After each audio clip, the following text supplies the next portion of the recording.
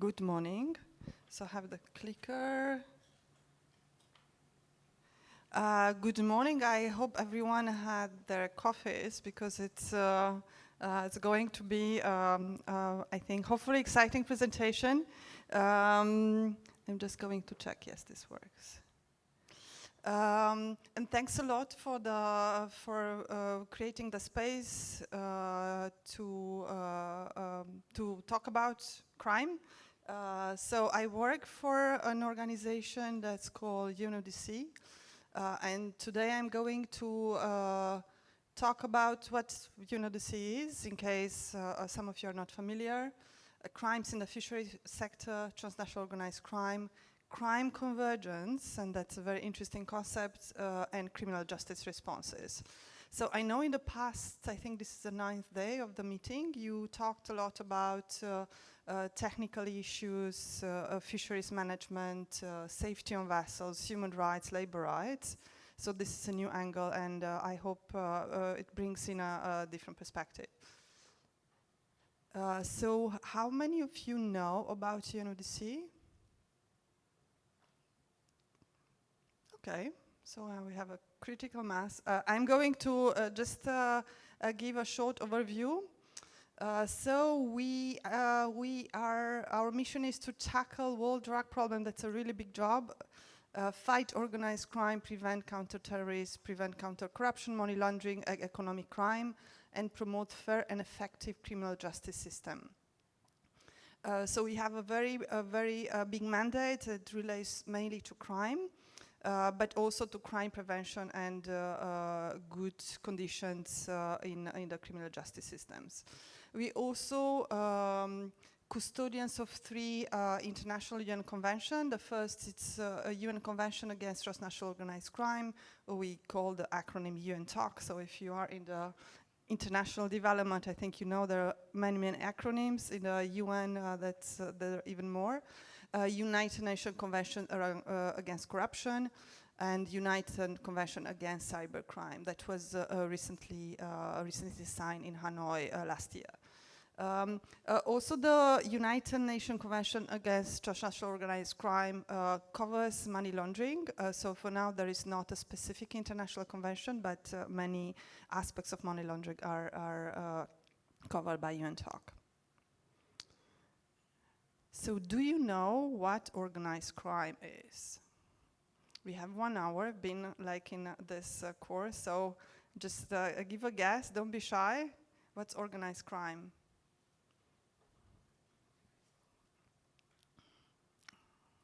Anyone giving a try? Strong connections between a group of people, and what do they want to do?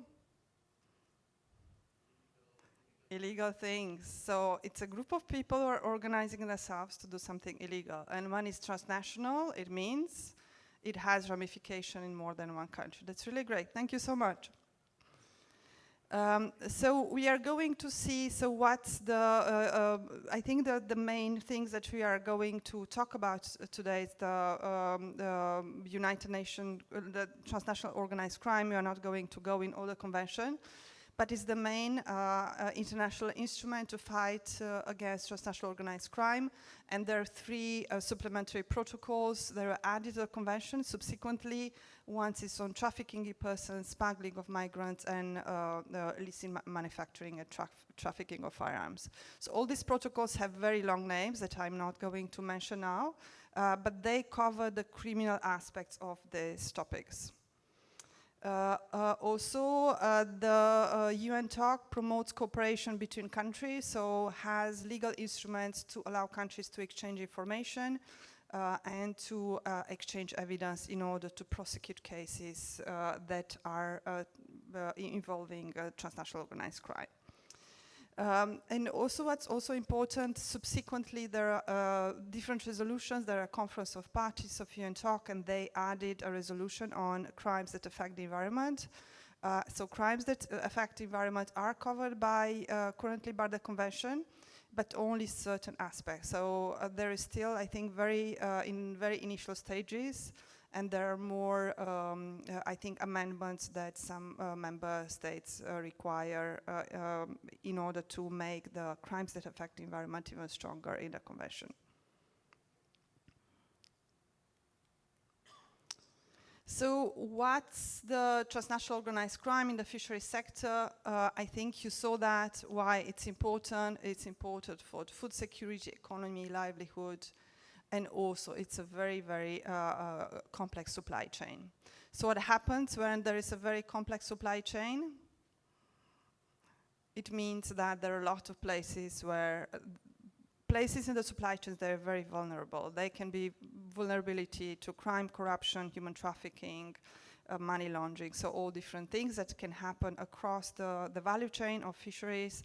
And we are talking from the moment where the vessels are leaving the port to go fishing until the moment where the fisheries product arrive to on the shelf of supermarkets. These crimes impact sustainability, security, and governance. So I think crime is, of course, is something that's not very positive. But when there is a threat of crime that has an impact on economy, because there are like many, the supply chains are not functioning properly, and there is a threat to investments, to companies who are conducting a legitimate business. There are also impacts on sustainability because, as we know, criminals, they don't really have environmental concerns. Their main focus is to make as much money as possible by investing very little. And also impacts the governance. The crime networks, normally, a lot of crimes are enabled through corruptions, and that impacts the governance of specific sectors, but sometimes the governance of the whole countries. What organized crime in the fisheries sector can include? Corruption, fraud, document forgery, money laundering, labor exploitation, and also can converge with other crimes. So normally when we see one type of crime, they also associate with other crimes, because normally the criminal networks, when they work together, they don't focus on the one topic. They are going to be involved in whatever brings profit. So, and I'm going to show a little bit more about examples of this convergence. Questions so far? No?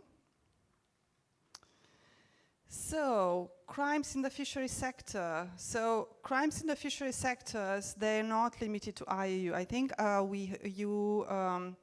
you probably talked a lot about IUU in the past days. And can someone explain me, because I don't know what IUU is?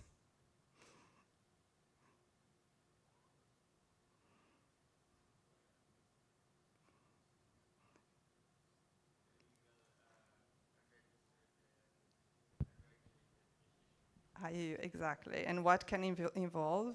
Can you give me examples? Or someone else? For example, using dynamite for fishing, Yeah. and other chemicals that might hurt the marine ecosystem just to fish, and illegal fishing, that's illegal fishing, and unregistered is those unreported fishing vessels or fishing activities.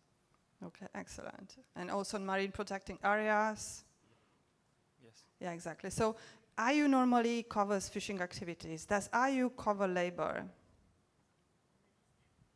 That's a really contentious issue, I know. Lawyers, we have 2 lawyers in the room that are going to debate about it probably.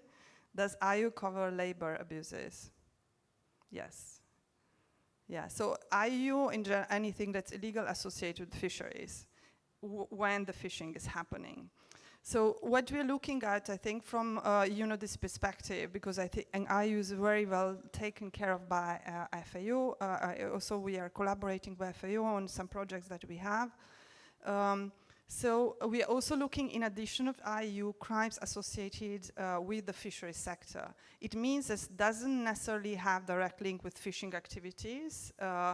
can take place on fishing vessels, on facilities and processing facilities, and can use fishing-related activities as cover for crimes. As an example, fishing vessels can be used for contraband, arms trafficking, drug trafficking, etc. That also, we are looking also when we are talking about crimes in the fisheries sector, we are looking crimes committing along the fisheries value chain.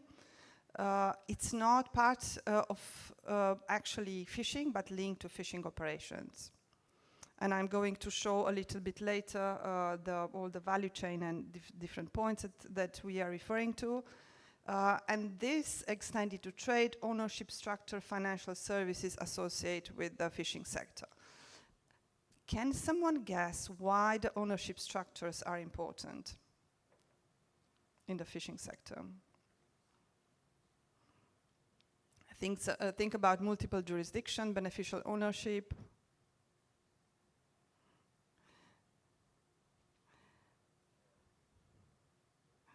So ownership is important because sometimes we have like people who are the nominal owners of certain fishing operations, fishing vessels. But if we look up and look at the beneficial ownership, sometimes we identify one entity that's linked with a lot of these vessels or fishing operations. And if we see consistent recurrence of illicit activities through those entities, they have a final beneficial owners, then we can identify a pattern. So this is very important for enforcement when they're doing investigation, especially criminal investigation, to look into the structures. In terms of financial services associated with the fishing sector, so someone can tell me how, because honestly I don't know, what's the amount of money generated by the fisheries, in the fisheries?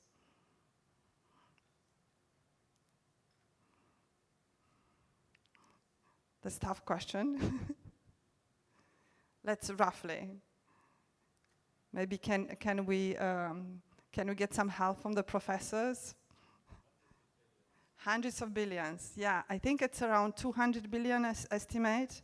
So imagine that's kind of normally when there are a lot of money, there's also a paradise for the money laundering because especially when you have in the fishing sector so many such a complicated supply chain, sometimes from the vessel leaving the port until the seafood products reach the shelves.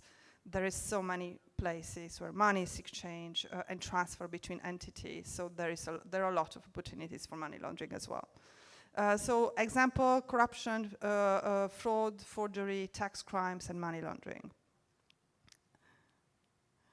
So we are, just to sum it up, we are looking at the value chain approach again, and we are looking what happens on shore, at sea, and all the preparation, fishing, landing, processing, sales, transport to consumer, and all the different elements of the control of value chain and different authorities involved. And probably when, if you talk about governance earlier, you talk about the fisheries management and different authorities involved.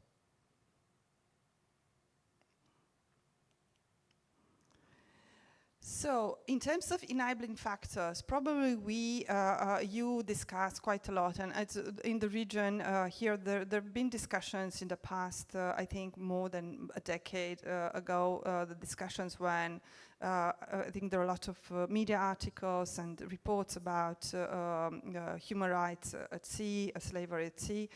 And the main cause, the root cause of that is the depletion of the fish stock. The fact that there is more costly, so the fishing vessels, they pay more, they spend more time to fish less.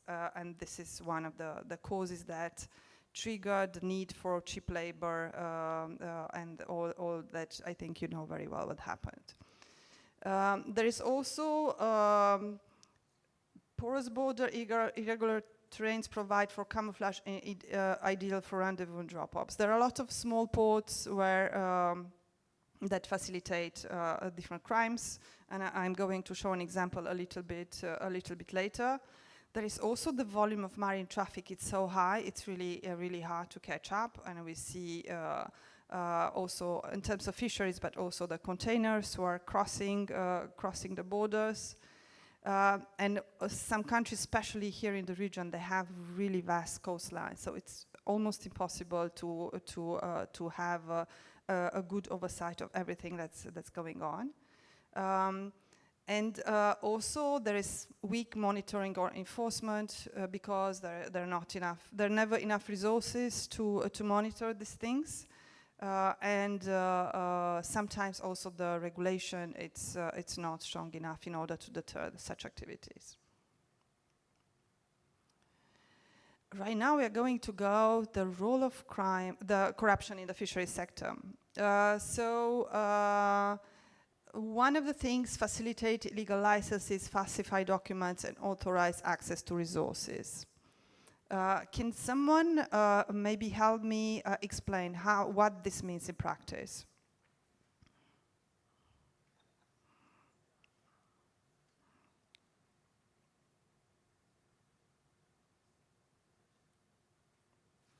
So just stick to the first point. So corruption facilitate illegal licenses, falsify documents, and unauthorized access to resources. How that can happen according to you?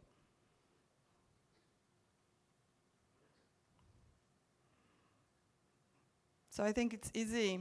Authorize, like people who have the authority to give these licenses, permits, they get bribes and they provide the license also, although they shouldn't.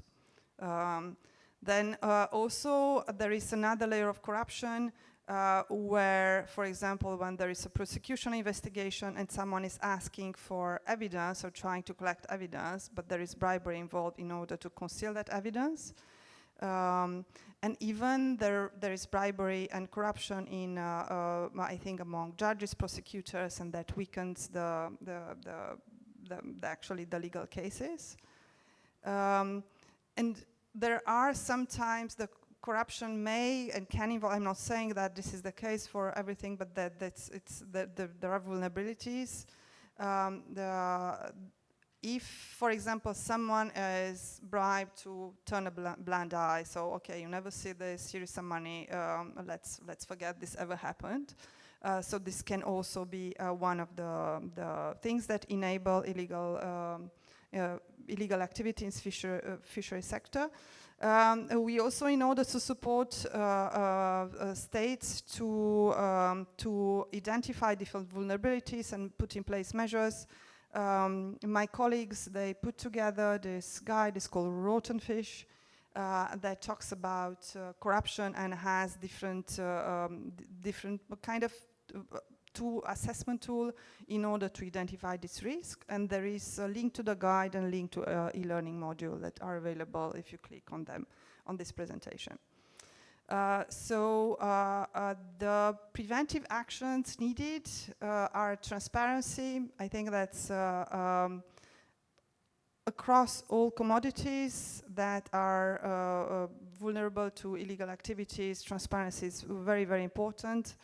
And lately we talk a lot about digitalization of supply chains. So, for example, we see exactly what happens, and that also prevents corruption because there are sometimes automatic systems, or when something goes wrong, you can see exactly who gave the license, the authorization.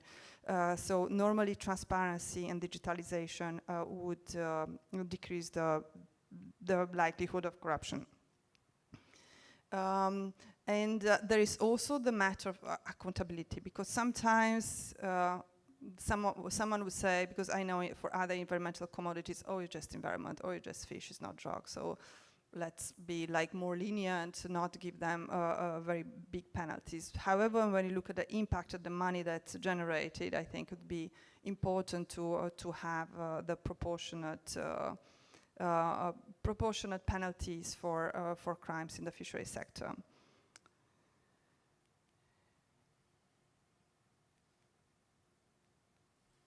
I think this. Yes. These are some of the examples of examples during the preparation, and these are available in the Rotten Fish Guide. So I'm just going to show them quickly. I'm not going to read through every one of them. And I was going to ask you questions, but it's already on the screen, so it's going to be really easy. So there are different risks in different stages. As I mentioned, we have the value chain approach during fishing. And here an example of bribery when the vessels are caught, but they're released because of the corruption.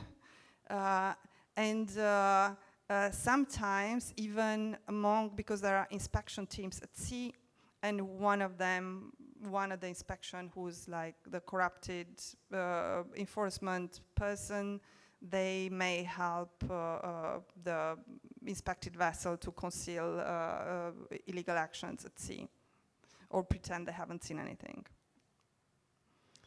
They're also under landing. For example, there are illegal landing sites where there's no oversight, there is no inventory what was caught, where there is no verification, and ignoring or certify false record and catch type or value. So why this is important, especially for the value. So when we see in money laundering, there is a type of money laundering that's called trade-based money laundering, and the very frequent method is used either under-invoicing or over-invoicing. So we see the values of the money are not matching with the value of the commodity that's associated with. In processing, again, there are like couple of examples. Ignore, certify false record, catch type or value. And here we can also, in addition to what I mentioned about money laundering, we can see different type of fish that's certified that should not be fished, but actually it is, but it's not certified correctly. Reflect an underreported original catch. So this is enabling IUU actually. In the sales, here we have normally this refers to sales at port. There are like different points in ports where brokers are gathering fish from the fishing vessels and they're selling it further. And here, I think this is a very vulnerable point for money laundering, where there is, because sometimes lack of traceability, it's really hard to keep track of what's going on. And there are also tax crimes that are recorded in this stage. And right now, I'm going to move to another topic. Do you have any questions about corruption? Everything clear? Excellent. So I'm going to talk a little bit about crime convergence, which is a very something that we see, as I mentioned a little bit earlier. So the criminals, they don't say, oh, I only do drugs, I only do timber, I only do wildlife. Actually, they do everything. Whenever there is money to be made, and they have this hubs that can be ports, they have warehouses, and there you can find all kind of stuff from drugs, arms, whatever illegal commodities like counterfeit goods, tobacco, and etc. So in the case of fisheries, what does it mean? In multiple crimes use and they share vessels, ports, logistics, and they are enabled through the fishery sector. For example, a crime convergence, a colleague from Africa last week, she shared an article about the discovery, I think it was in Uganda, of a huge amount of drugs. They were concealed in a shipment of timber, and the timber was certified as FSC certified. So there's a really interesting example, actually. I'm not saying the MSC vessels would do drug trafficking, but it's really like very surprising because everyone, yeah, right. Because normally we see illegal timber, illegal drugs, but this was like really nicely, correctly harvested timber and had drugs concealed inside. And here are a couple of, on the graph you see the wildlife trafficking, maritime logistics, but also, and here we speak mostly about illegal trained marine species in this graph. And why why this is a modus operandi? Because it's profitable, right? It's more efficient. We have one hub for all crime, so it's really, it's cheaper to operate like that. But also, normally this cannot be done by 2 or 3 friends who just are from the same town and say, let's do together a crime, organized crime group. Normally it involves big groups across different countries, sometimes continents, very often continents actually. And they're very well organized and very, especially lately, there are a lot of legal, they operate, they have the front legal business, and behind there are a lot of illegal activities happening. And when we talk about crime convergence, it's a geographical spatial convergence where we have 2 or more activities, they take place on the same space. And fishing vessels are very attractive because they can seem very innocent, and they also can mix really easily with the normal marine traffic. And as I mentioned, there is all the same transit hub, packaging site, and maritime routes to divert illicit goods out of country. Did you hear about fishing vessels being involved in criminal activities that are not fish? Yes. Can you give me an example? Yes.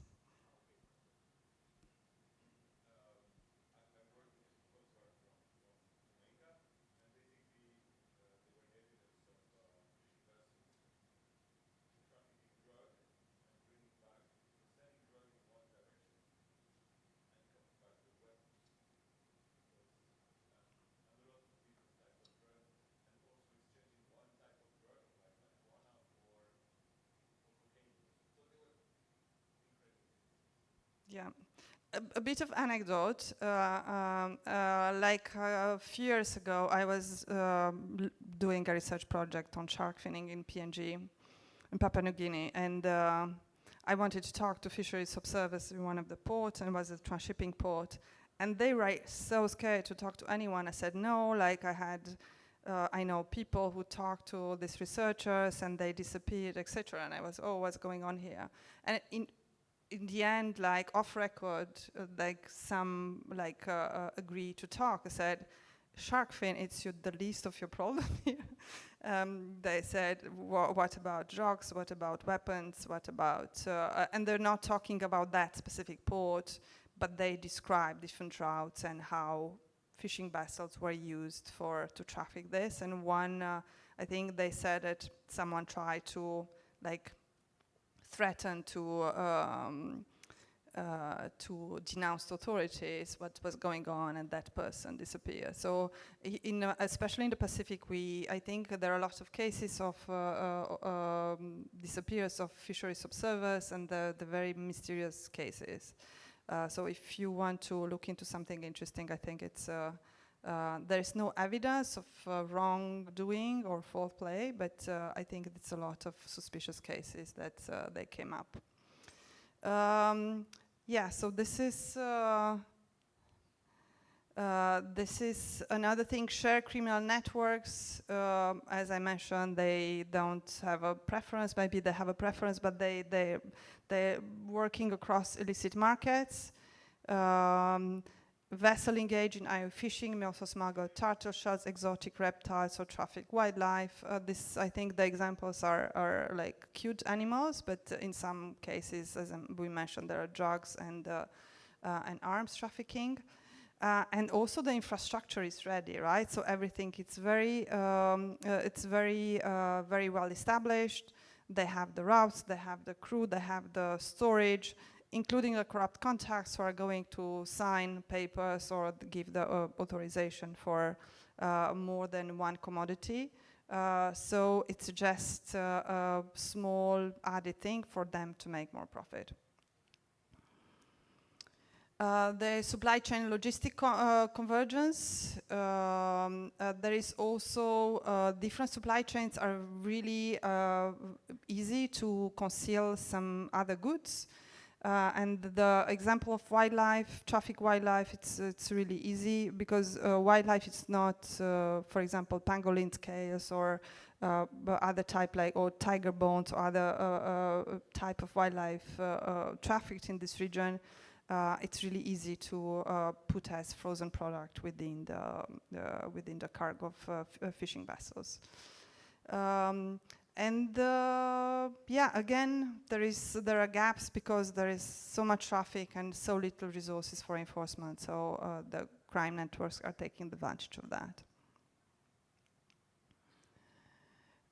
There is also, I mentioned financial economic, I mentioned money laundering, trade-based money laundering especially. They use shell companies, different ownership structure and illicit financial flows. And again, that's normally it's not isolated. It's not only using fisheries product. And fishing companies can act as front for money laundering for other crimes. So it can be very front, a very legitimate fishing company, but in the back of that, there are like different other operations happening. So here, example, fishing vessels are used to transfer drugs to or from mother ships outside the territorial jurisdiction of a coastal state because they can be small. They're easy to we are just going fishing early in the morning. But also there is a wide range of designs, and there are instances where the fishing vessels were turned into meth labs. And because decking can conceal storage capacity.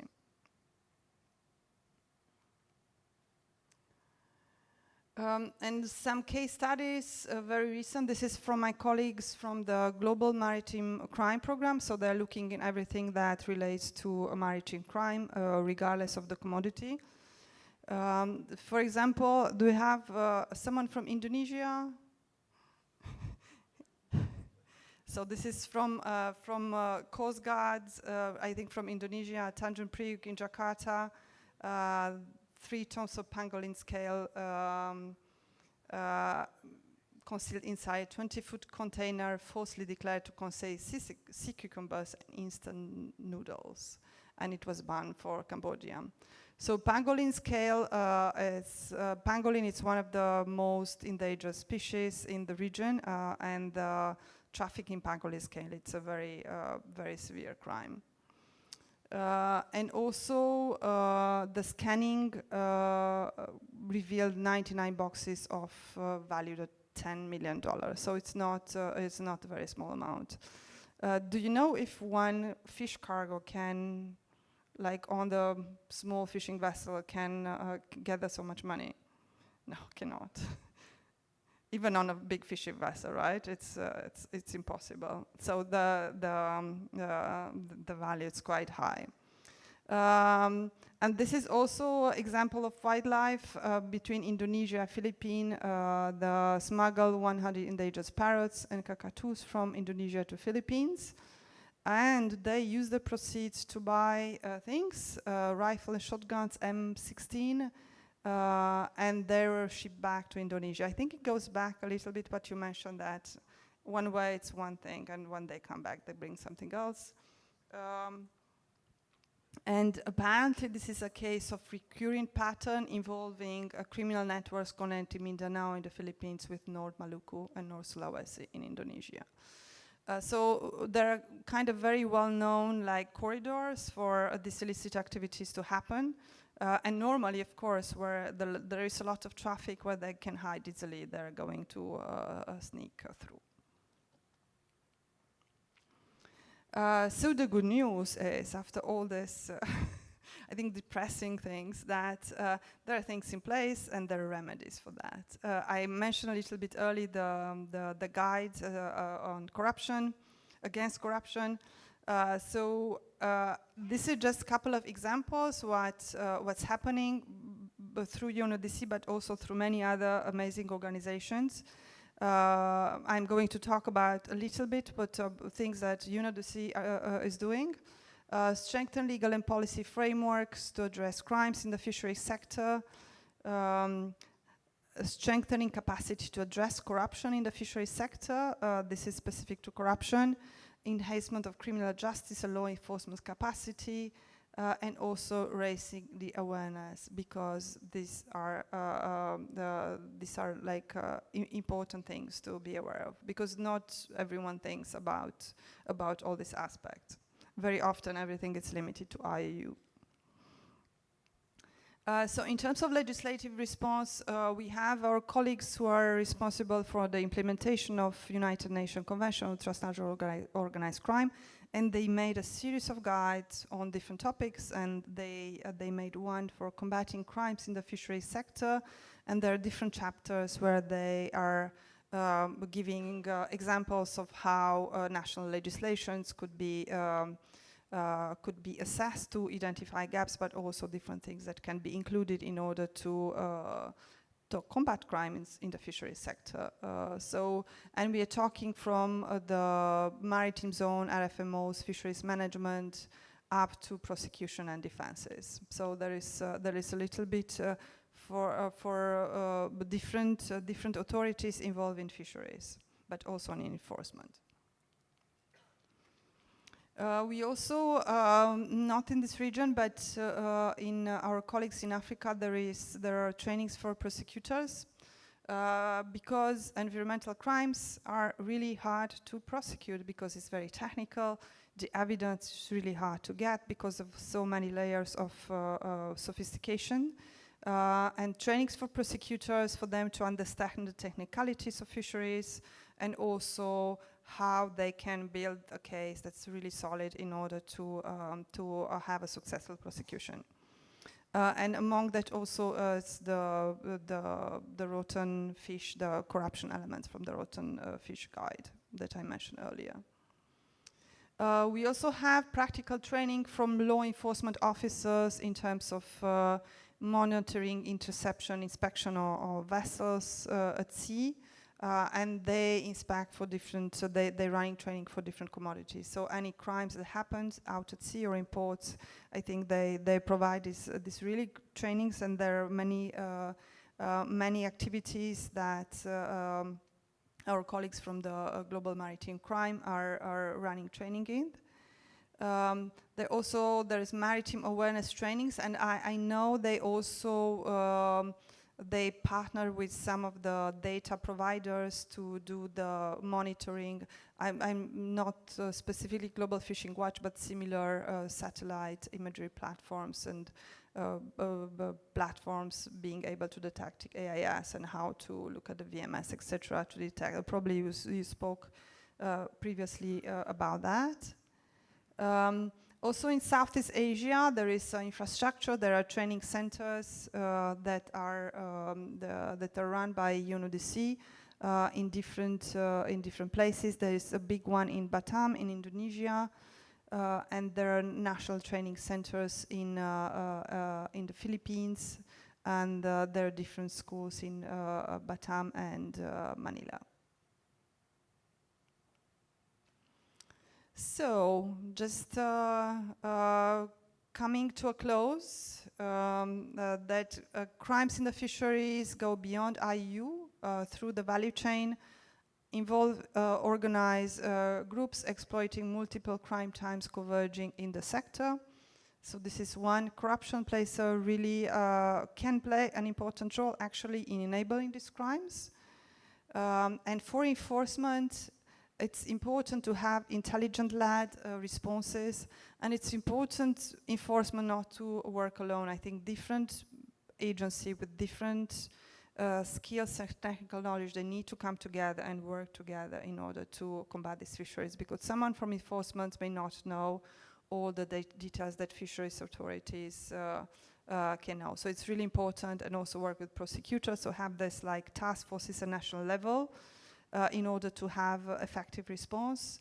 And cooperation is essential, national, regional, international levels.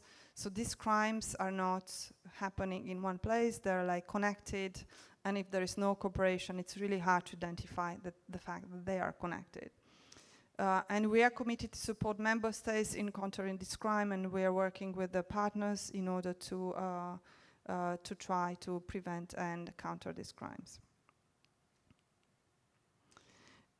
So thanks a lot for your attention. So here the contact information. I'm currently working on other environmental commodities. I did work on fisheries in the past. Currently, these are the contact informations. David, Jenna, and Leda are my colleagues. David, he's the regional coordinator of Border Management Branch based here in Bangkok. Jenna, she's the program coordinator for crimes that affect the environment. She's based in Hanoi. And my colleague Leda, she's in charge of the works related to fisheries in Ioana the Sea. She's based in Vienna. And this is my contact information if you want me to connect you with anyone else. Thank you so much.